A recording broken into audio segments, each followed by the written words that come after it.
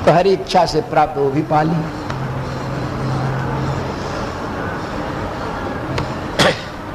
जड़ भरत जी को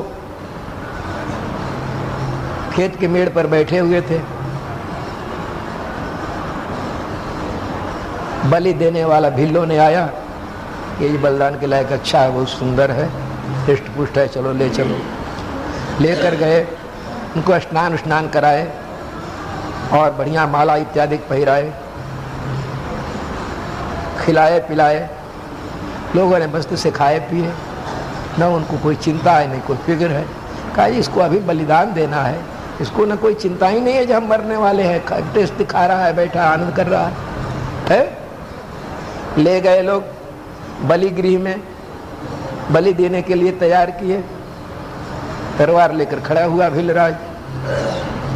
माता जी ने विचार किया ये मेरे भगवान का भक्त है, आज यदि मैं मेरे लिए या अपना प्राण को परित्याग करेगा तो मैं भगवान को क्या जवाब दूंगी। एक मेरी भक्त का भी रक्षा तुम नहीं कर सकी, क्या जवाब दूंगी उसकी। तुरंत मूर्ति में से देवी प्रकट हुई और वही तलवार को छीन करके भिल्लराज का मस्तक काट डाली और उसी को दड़ा के समान लेकर के रखने लगी। जितने भिल्ल थे सब वहां से भग गए और गए। ऋषभदेव जी, जड़ भरत जी वैसे के वैसे बैठे। ऐसे संत जीवन मुक्त संत कहलाते हैं। जीवन मुक्त संत इसी को कहते हैं। ऐसे संत जो है वो ठाट के संत कहे जाते हैं। इस प्रकार के 4 प्रकार के संत समाज के बीच में होते हैं और जिस जीव के ऊपर कृपा होती है, जिस जीव का सद्गति सद्मति सद्मार्ग प्राप्त होना होता है, उसी को ऐसे संतों को मिलन होता है। समाज के बीच में ही रहते हैं पर अपनी दृष्टि नहीं है पहचानने की। महाराज श्री कहा करते थे, कभी कभी एकांत में अपने सब संत बैठे हो तो ये देखो तो इतना दिन इन लोगों के बीच में रहते होगा पर कोई मुझे पहचाना नहीं।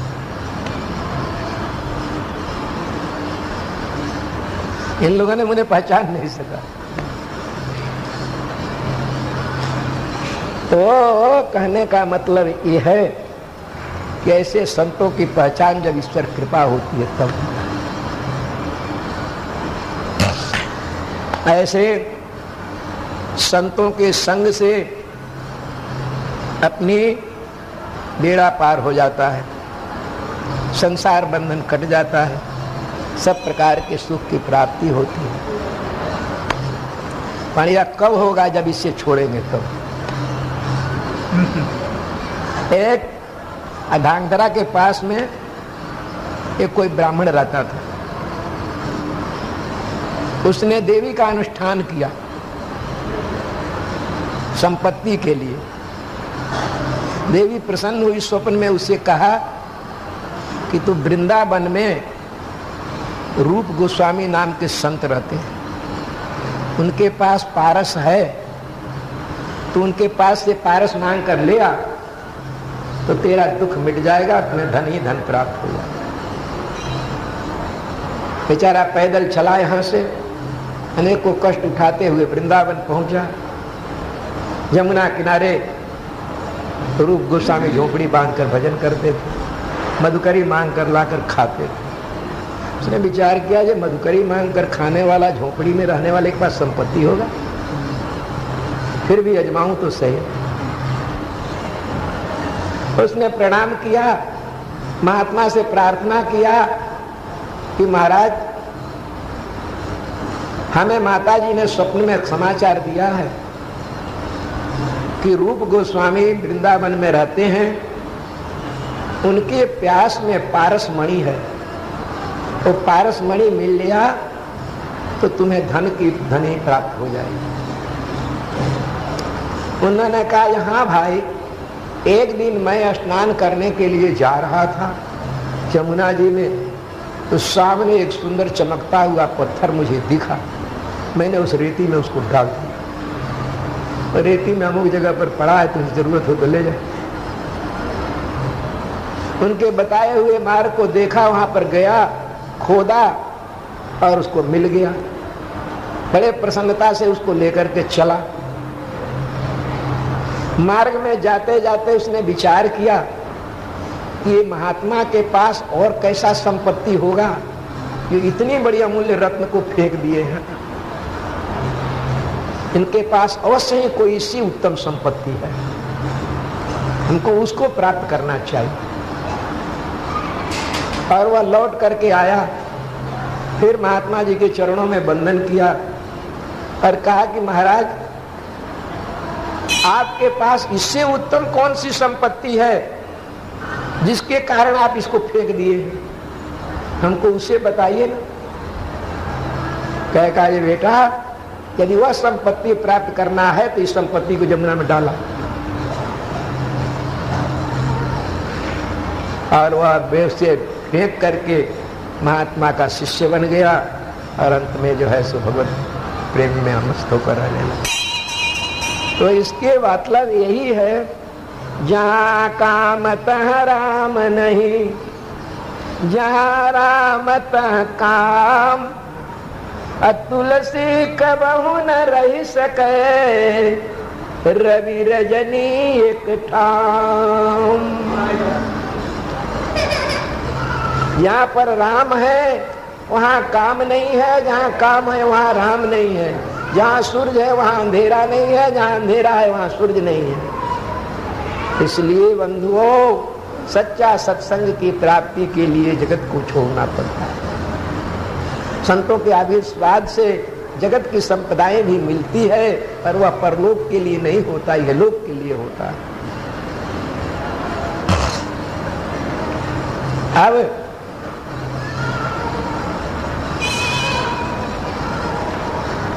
आज तक आपने सत्संग के विषय में बात की, अब भगवत चर्चा करें।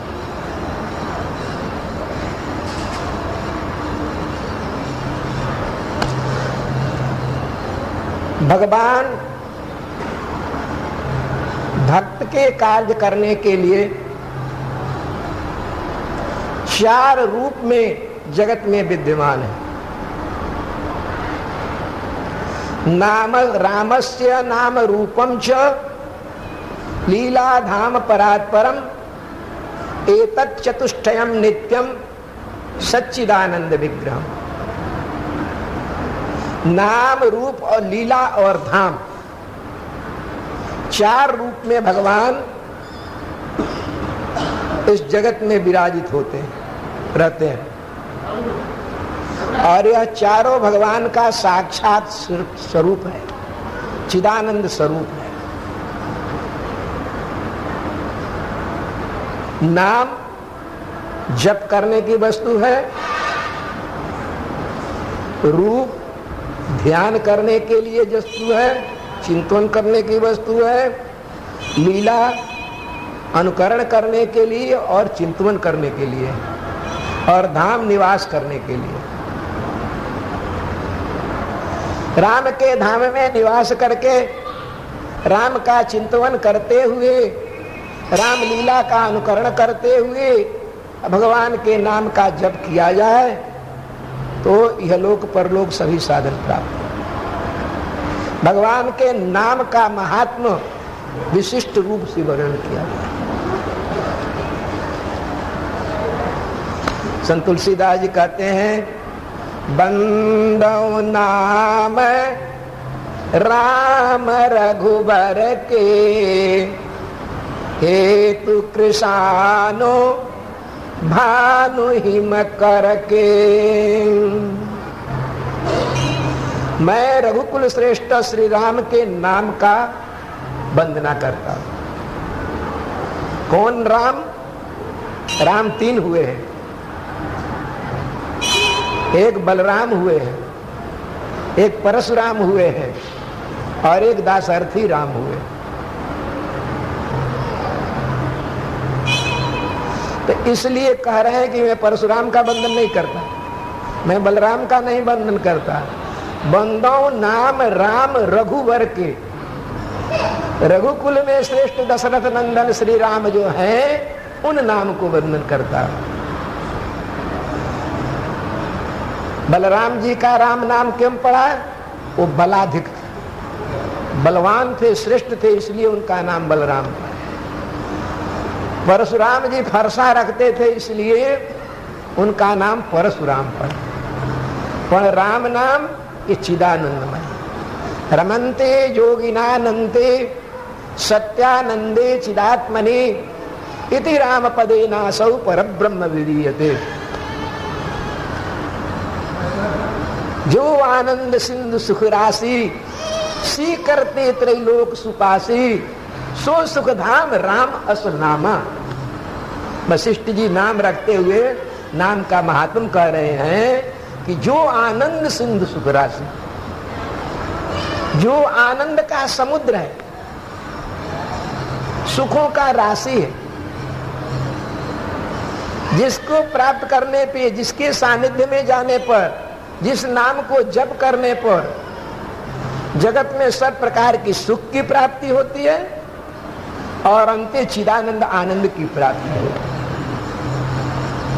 है। ऐसे सुख राशि और जिस सुख के, जिस आनंद के एक तिनका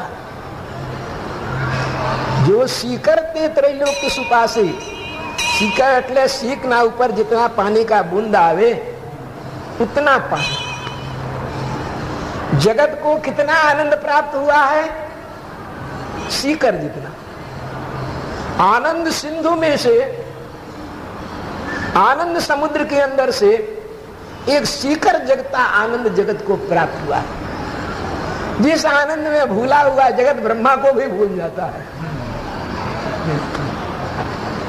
जिस आनंद को प्राप्त करके जीव ब्रह्मा को भी भूल जाता है, ऐसे आनंद सिंधु परमात्मा है। ऐसे परमात्मा का नाम राम है। जो रमन्ते योगिनानन्ते, जो जोगियों के अंतःकरण में रमण करते हैं, आनंद क्रीड़ा करते हैं। भगवान को कहाँ विश्राम मिलता है? योगियों के अंतःकरण में।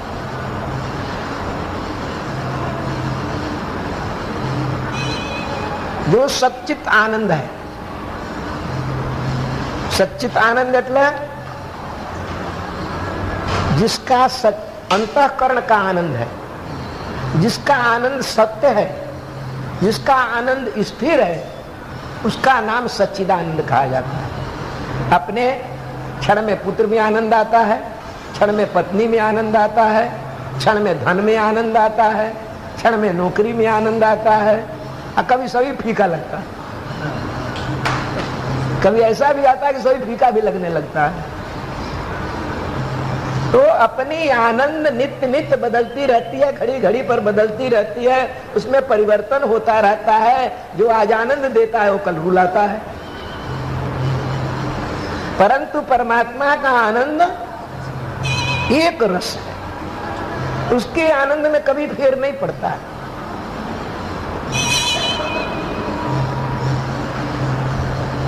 इसलिए वे आनंद सिंधु है, सच्चिदानंद है। जो आनंद सिंधु सुख राशि सी करते त्रैलोक सुभाषी, ऐसे परमात्मा का नाम राम नाम। भगवान के और नाम जो हैं ये गुणों से वर्णन किए गए। भगवान का नाम दाशरथी भी है, भगवान का नाम काकुत्स भी है, भगवान का नाम रघुवीर भी है, रघुनाथ भी है, सीतापति, जानकीपति इत्यादि, लक्ष्मणाग्रज, भरताग्रज इत्यादि भी कहे जाते हैं। पर ये सब नाम गुणों के लिए कहा गया, गुण को लेकर के नाम वर्णन किया गया है। पर राम नाम जो है यह चिदानंद है। इससे कोई गुण से, कोई लीला से संपर्क नहीं। इसलिए राम नाम, राम सकल नामंते अधिका, सभी नामों में अंदर मां श्रेष्ठ राम नाम। तो इसीलिए कह रहे हैं कि बंदो नाम राम रघुवर के। रघुकुल श्रेष्ठ दशरथ नंदन श्री राम के नाम का मैं वंदना कर।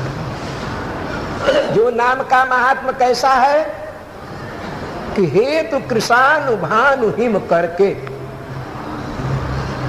जो अग्नि तत्व का, सूर्य तत्व का, चंद्र तत्व का उत्पत्ति का कारण है।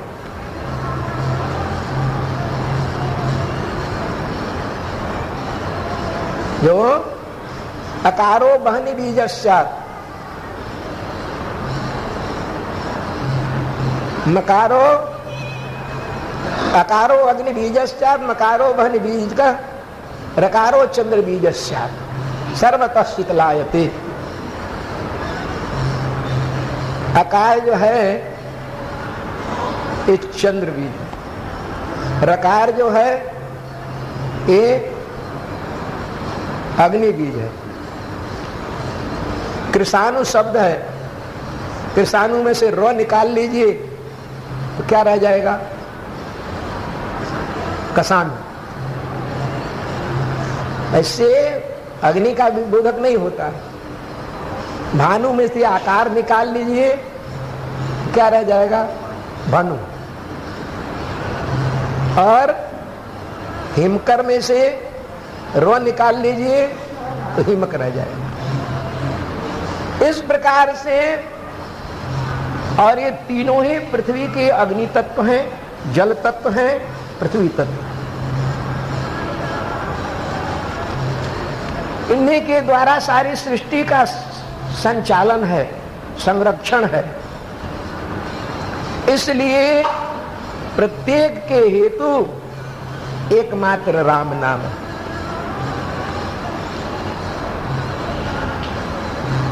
और राम नाम वेद का प्राण है।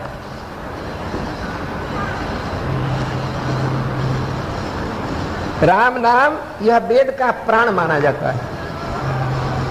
वेद का प्राण क्या है? ओंकार। ओम इत्येकाक्षरम ब्रह्म व्याहृतम माम अनुस्मर। आदि शब्द जो है यह ओंकार। सृष्टि की आदि में शब्द जो है सो ओंकार का प्रयोग। वह ओंकार का उत्पत्ति राम से होता है।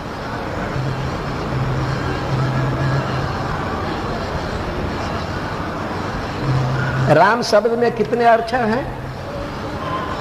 रा, ओ और मो।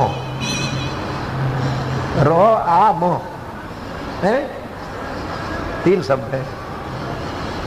अब देखिए, रो को व्याकरण के द्वारा सिद्ध करिए। अतो रूर प्लुताद प्लुते व्याकरण में एक सूत्र आता है, उससे र को उ हो जाता है। अब रह गया ओ, र को उ हो गया तो उ, ओ और म रह गया। और आद गुणा एक सूत्र है। आद गुणा सतार से आकार का ओकार हो जाता है। तो हो गया उ म।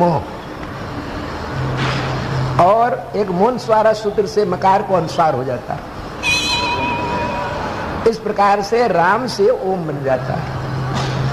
इस सिद्धांत को मानकर बहुत संत ऐसा है कि राम मंत्र के जन्म में ओंकार नहीं लगाते। ओम लगाने से मंत्र जो है सो वैदिक हो जाता है, परंतु रोम की उत्पत्ति कारक जो है सो राम को मान करके ओंकार नहीं लगाते। इसीलिए राम नाम जो है सो वेदमय, विधि हरिहरमय वेद प्राण सो, अगुण अनुपम गुण निधान सो। ब्रह्मा विष्णु और महेश को जो शक्ति प्रदान करने वाला है और वेदक का प्राण स्वरूप है, ऐसा भगवान का नाम है। जो हरि हरिता विधि विदिता शिवई शिविता जो दई सो जानकी पति मधुर मूर्ति मोदमय मंगलमयी। जो ब्रह्मा में भगवान विष्णु में पालन का शक्ति प्रदान किया है, जो ब्रह्मा में सृष्टि का रचना करने की शक्ति प्रदान किया है, जो शंकर में संहार करने का शक्ति प्रदान किया है, वह जो साक्षात वेद का प्राण स्वरूप है, ऐसा जो है सो राम नाम।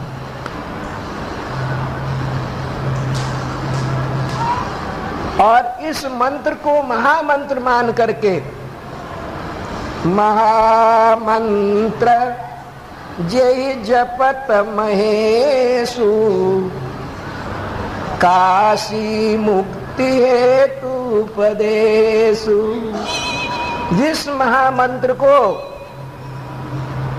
भगवान शंकर जी जप करते हैं और जिसे जप करके काशी के संपूर्ण प्राणियों को मुक्ति प्रदान करते हैं।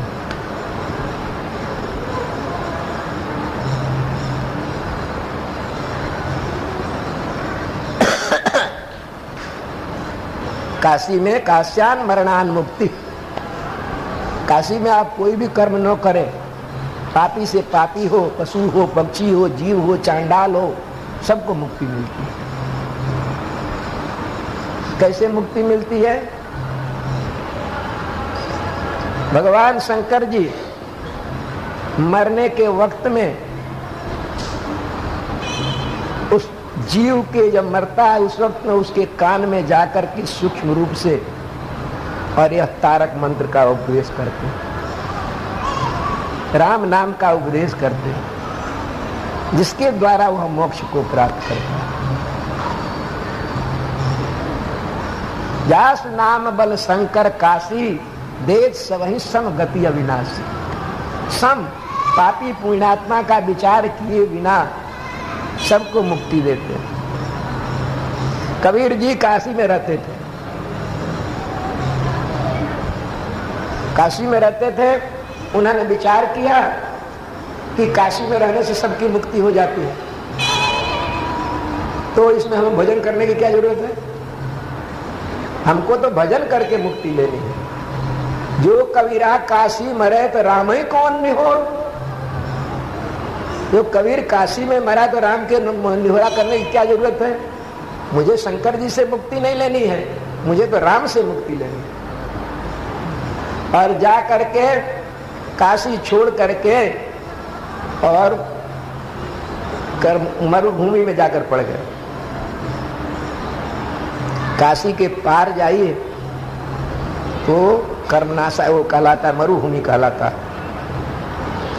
उससे वहां पर मरने वाले को नरक जातना बोलते। उन्होंने कहा वहां त्रिशंकु के छाया पड़ता है, त्रिशंकु के शरीर का छाया जहां तक पड़ता है वहां की भूमि मरुभूमि कहलाता।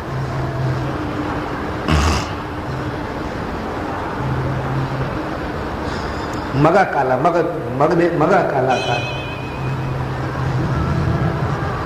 इसलिए कबीर जी जाकर वहां पर पड़ गए और वहां भजन करने लगे। कबीर जी के मरने का टाइम आया, भगवान ने किया ये कबीरा तो बहुत जिद पकड़ा हुआ है, यहाँ मरने वाले को मुक्ति मिलती नहीं है और इसको मुक्ति प्राप्त कराना जरूरी है और यह यहाँ से जाना नहीं चाहता। भगवान ने एक युक्ति किया, एक घोड़ा लिए, घोड़े पर स्वयं सवार हुए और घोड़े के पूंछ की तरफ लगाम लगाए और घोड़े पर बैठ गए, कबीर की तरफ निकले। कबीर को अपने ज्ञान तो था, ज्ञान का हम तो था ही, तभी तो जाकर वहां पर पहुंच गए थे मगर में। उन्होंने कहा रे मूर्ख, ऐसे कहीं घोड़ा पर बैठा जाता है? कहा महाराज कैसे बैठा जाता है? आता ऐसे मुंह में लगाम लगाओ, इस तरफ से बैठ, ऐसे तुम्हें घोड़ा गिरा देगा। महाराज जरा आकर बता दो ना।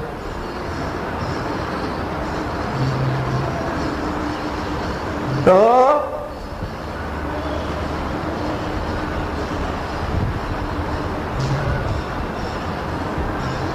फिर वहां पर गए और उससे बताया कि इस तरफ से लगाम लगा, इस तरफ से गए, भगवान ने पकड़ करके घोड़ा पर बैठा लिया और लाकर काशी में डाल दिया। काशी में आकर उन्होंने शरीर छिड़े, उनकी मुक्ति हुई। इसमें कहा कि अच्छा भगवान आपने लीला किया मुझे यहाँ पर लाने के लिए, परंतु आखिर आपको आना तो पड़ा। अविनाशी के गोद में बिलसे दास कबीर। अतः इस प्रकार से कबीर जी को काशी में लाकर डाले और वहां पर आकर तो इसलिए काशी में मरने वाले सभी जीवों को मुक्ति प्रदान करने वाले भगवान शंकर जी प्रत्येक के कान के अंतर्गत में तारक मंत्र का उपदेश करते हैं और उस मंत्र के प्रभाव से जीव को मुक्त होना। तो महिमा जास जान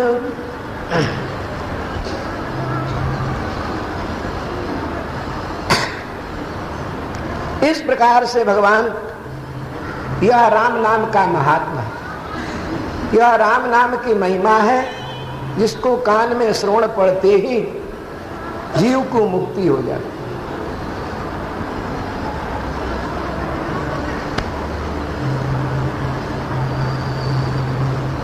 एक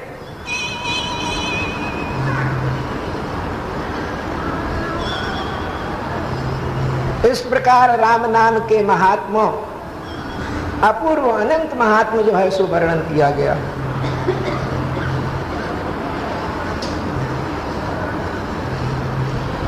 एक समय पार्वती जी विष्णु सहस्त्र नाम की पाठ करती थी।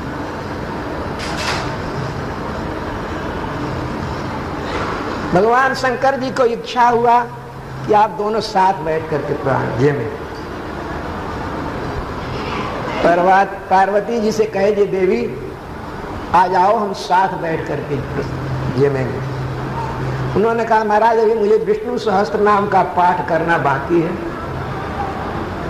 मैं विष्णु सहस्त्र नाम का पाठ कर लूं पीछे बैठ कर जेमू। उन्होंने कहा अरे देवी इतनी मेहनत करने की क्या जरूरत है, तुम 3 बार राम नाम ले लो और विष्णु सहस्त्र नाम का पाठ हो जाएगा।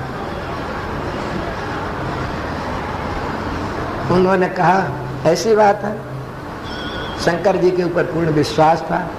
एक बार अविश्वास करी थी, धोखा खाई थी सती शरीर में, इसलिए भगवान शंकर जी को बात को मानकर और 3 बार राम नाम लेकर के वो शंकर जी के साथ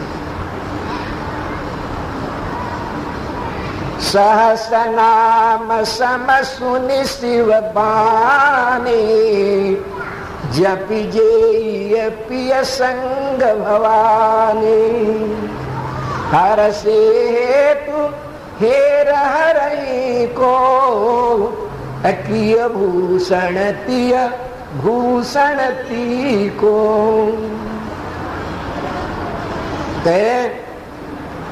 भगवान शंकर जी पार्वती जी को अपने वचन पर इतने विश्वास देखकर बड़ी प्रसन्नता हुई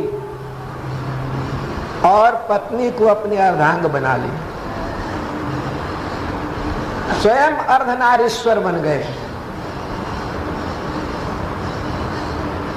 एक अंग में आधे अंग में शिव, आधे अंग में पार्वती, इस प्रकार से पार्वती का स्वरूप स्वयं बन गया। इतनी एकात्मता पार्वती जी के साथ में उन्होंने, इस प्रकार का नाम का महात्मा बहुत बड़ा है। भगवान शंकर जी ने, तुलसीदास जी ने कहा कि नाम का महात्मा कहां तक वर्णन करूं। अगुण सगुण दुई ब्रह्म स्वरूपा अकथय अगाध अनादि अनूपा मोरे मत बड़ नाम दिहूते किए जेहि जग निज बस निज बूते। भगवान 2 स्वरूप से विराजित होते हैं, निर्गुण स्वरूप और सगुण स्वरूप। भगवान के निर्गुण और सगुण 2 स्वरूप हैं। तुलसीदास जी ने कहा दोनों की महिमा अपार है, अकत अगाध अनादि अनूपा। दोनों की लीलाएं कहने की जिह्वा में शक्ति नहीं है, दोनों को महिमा जानने की इतनी आगाध है कि समझना मुश्किल हो जाता है। मैं याद खग मसल प्रजंता न उड़ाई नहीं पावही अंता, तिमी रघुपति महिमा अवगाहा तात कभो को पाव पिता। गरुड़ जी से काकभूषुंडी जी ने कहा कि तुम्हें याद खग मसल प्रजंता, आप सभी पक्षियों में श्रेष्ठ हैं,